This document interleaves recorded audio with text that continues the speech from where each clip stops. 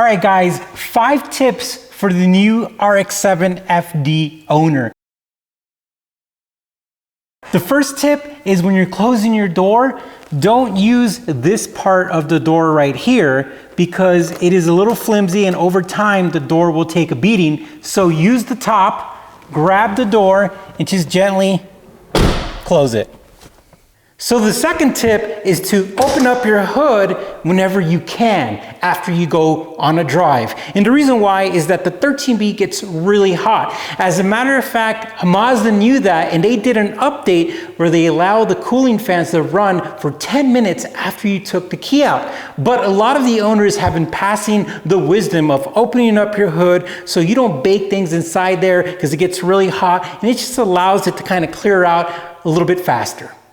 So the third tip is know this little box that says diagnosis on it. So when you pop up the top, you're gonna see a bunch of little ports here, and this is where you could test different things. And in this case, you could test your fan. And I'm gonna show you guys real quick. So I'm gonna go ahead and ground it in the grounding port, and I'm testing the fan. And right there, you know your fans are working. You could also check your engine lights. We did a video on that, and if you want to see that to check your engine lights, you could use that. But this little box right here is very helpful.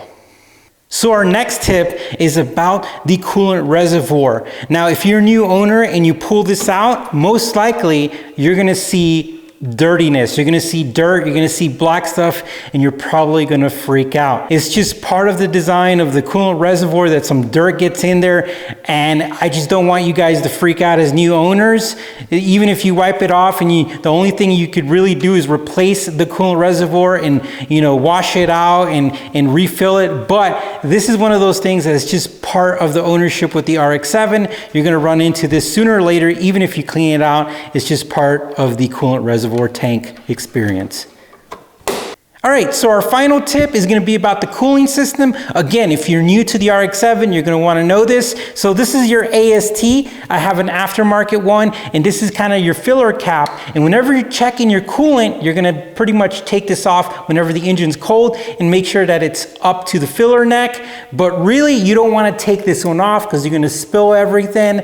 And this is where your radiator cap's at, and usually you have a lot of issues. But essentially, you just wanna know right away that this is where you fill your coolant and this is where your AST is at, and that you don't want to get them mixed up, and you never want to open them up when they're hot, of course.